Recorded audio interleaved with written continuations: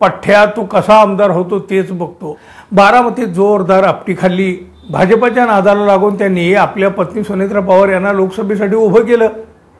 या चुकीची जाणीव अजित पवार यांना झाली, पण ती नंतर झाली। आता ती नंतर होऊन उपयोग काय हो? वेळ निघून गेल्यावर पश्चाताप करण्यात काही अर्थ नसतो। मित्र हो, नमस्कार। विधानसभा निवडणुकीत महायुती जोरदार आपटणार असल्याचे अंदाज पुन्हा पुन्हा व्यक्त होत आहेत, पण अजित पवार यांच्या राष्ट्रवादीला मात्र सर्वाधिक तडाखा बसणार आहे। याबाबत राजकीय अभ्यासक आणि राजकीय विश्लेषक देखील सतत सांगत असतात बघा।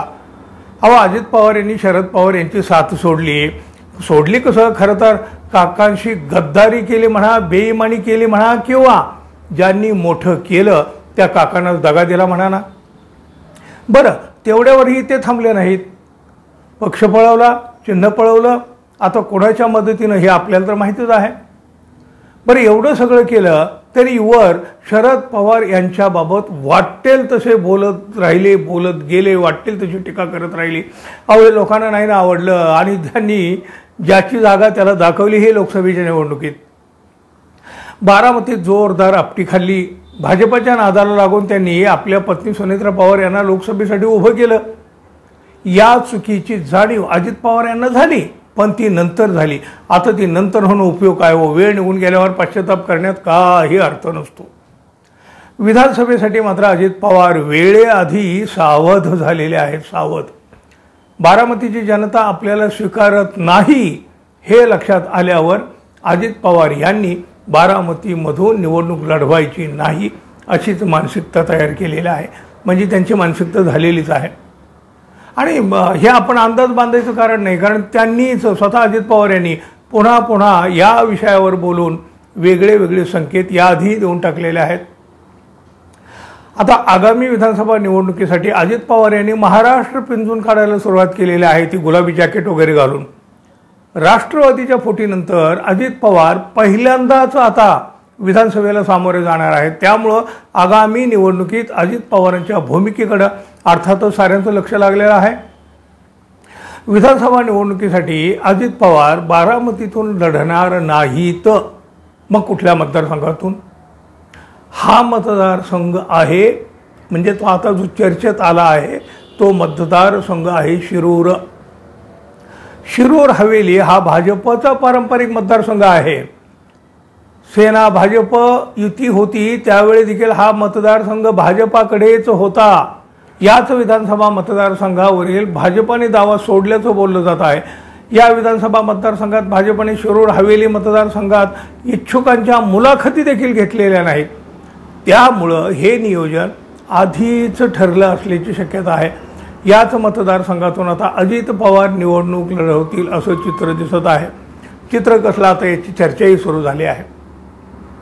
राष्ट्रवादीच्या फुटीनंतर विधानसभा निवडणुकीत अजित पवारांची कसोटी लागणार आहे, कसोटी। बारामती विधानसभा मतदारसंघ हा राष्ट्रवादीचा पारंपरिक मतदारसंघ राहिलेला आहे। लोकसभा निवडणुकीतही बारामतीकरांनी शरद पवार यांनाच साथ दिली। लोकसभा निवडणुकीत बारामती विधानसभा मतदारसंघातही सुप्रिया सुळे यांना मोठं लीड मिळालं। त्यामुळे अजित पवारांनी पर्यायी मतदारसंघाची शोधाशोध करण्यास सुरुवात केल्याची चर्चा आहे। उपमुख्यमंत्री अजित पवार हे शिरूर हवेली विधानसभा मतदारसंघातून आता निवडणूक लढवणार असल्याची माहिती तशी पुढे आलेलीच आहे। एकीकडे पुणे जिल्हा आणि शहरातील भाजपच्या वाटेला येणाऱ्या सर्व संभाव्य जागावरील इच्छुकांच्या मुलाखती पार पडलेल्या आहेत, मात्र या शिरूर हवेलीतील कोणाच्याही मुलाखती घेण्यात आलेल्या नाहीत। मुलाखती मुलाखती झालेल्या नसल्यामुळं भारतीय जनता पक्षाच्या कार्यकर्त्यांमध्ये तर अस्वस्थता आहे। त्यांच्याही लक्षात आलं हा प्रकार काय आहे। पक्षश्रेष्ठीकडूनही भारतीय जनता पक्षाच्या या कार्यकर्त्यांना कुठलंही ठोस आश्वासन देण्यात आलेलं नाही।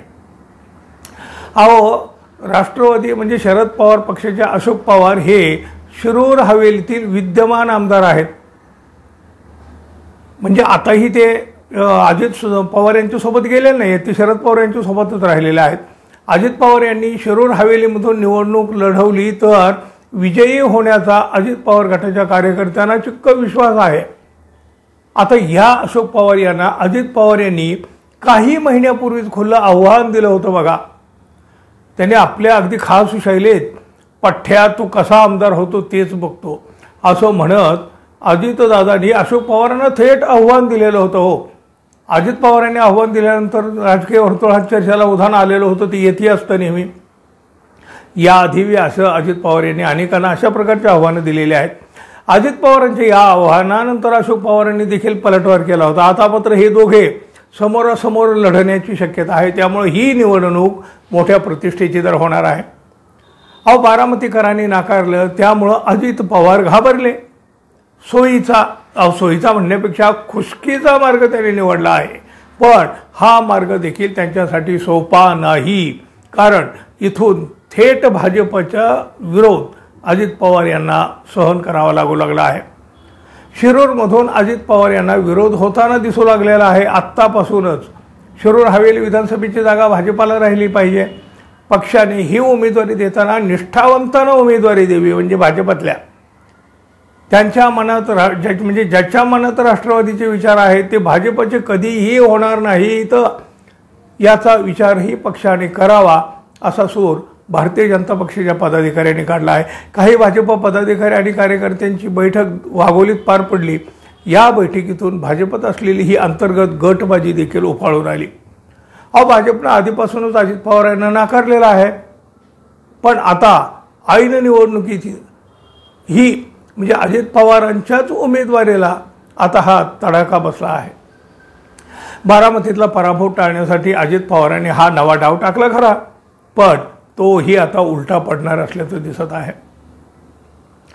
अजितदादा आगीतून उठून फोपाट्यात पडतील काय? तुम्हाला काय वाटतं? कमेंट बॉक्समध्ये जरूर व्यक्त व्हा. आपण कदाचित आपल्या चॅनलवर नवीन असाल किंवा अजून आपण आपल्या चॅनलला सबस्क्राईब केलंच नसेल तर कृपया सबस्क्राईब करावं ही अपेक्षा आहे. धन्यवाद. पुन्हा भेटू. तोपर्यंत नमस्कार.